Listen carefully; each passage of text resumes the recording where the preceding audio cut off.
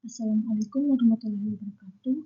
Perkenalkan, nama saya Nurul Fatika, NIM 210240141037. Di sini saya akan menjelaskan materi tentang top-down parsing. Pengertian top-down parsing. Apa itu top-down parsing? Top-down parsing adalah teknik parsing yang dimulai dari simbol awal atau start simbol dari sebuah grammar dan bekerja secara sistematis untuk memecah aturan-aturan grammar hingga menghasilkan string input yang valid. Kemudian, mengapa pada proses top-down parsing kita harus menghilangkan rekursif query? Karena compiler secara khusus menggunakan metode top-down parsing. Karena itu, jika dalam sebuah grammar terdapat adanya rekursif query, maka compiler akan melakukan infinity loop pada grammar tersebut. Kemudian di sini ada poin penting top-down parsing. Top-down parsing adalah strategi penguraian yang dimulai dari tingkat tertinggi pohon penguraian dan bergerak ke bawah. Kemudian top-down parsing menggunakan derivasi paling kiri untuk membangun pohon parsing. Kemudian top-down parsing dapat digunakan untuk membangun tata bahasa yang bebas dari rekursif query dan ambiguitas. Kemudian top-down parsing dapat digunakan dalam desain compiler sebagai langkah dalam proses kompilasi. Di sini ada metode top-down parsing.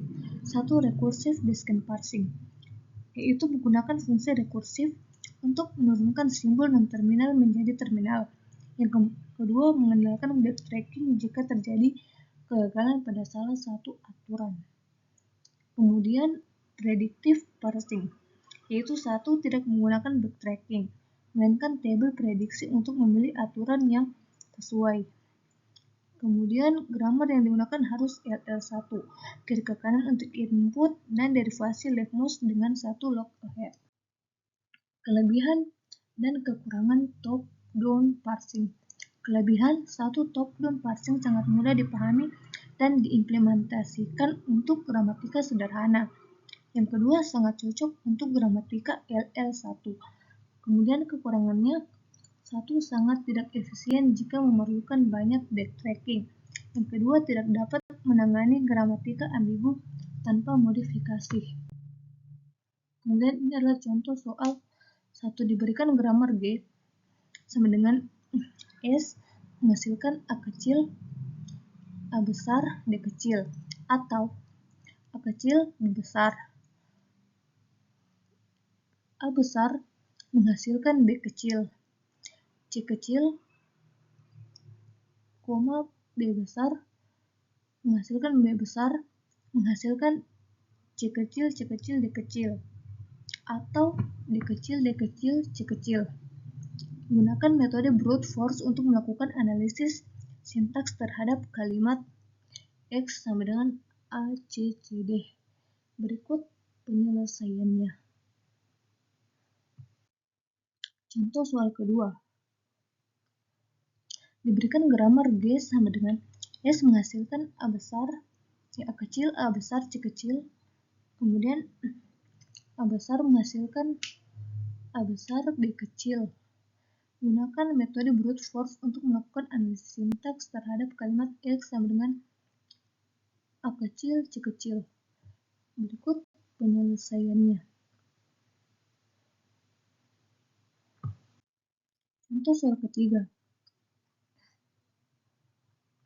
Grammar G sama dengan S menghasilkan A kecil, B besar, atau A besar menghasilkan A kecil, B besar menghasilkan B kecil, atau D kecil. Gunakan metode recursive descent parsing untuk melakukan analisis sintaks terhadap kalimat X sama dengan A, C. Berikut penyelesaiannya. Kesimpulan yang dapat kita ambil dari top-down parsing adalah metode analisis sintaksis di mana parser dimulai dengan simbol awal dan bekerja turun menuju daun-daun pohon parser. Parser mencoba mencocokkan input dengan aturan prediksi secara rekursif memecah struktur kalimat. Meskipun ini intuitif dan mudah diimplementasikan, metode ini bisa kurang efisien dan kesulitan dengan grammar rekursif kiri. Namun demikian, top-down parsing memainkan peran penting dalam compiler dan interpreter untuk bahasa yang memungkinkan parsing rekursif.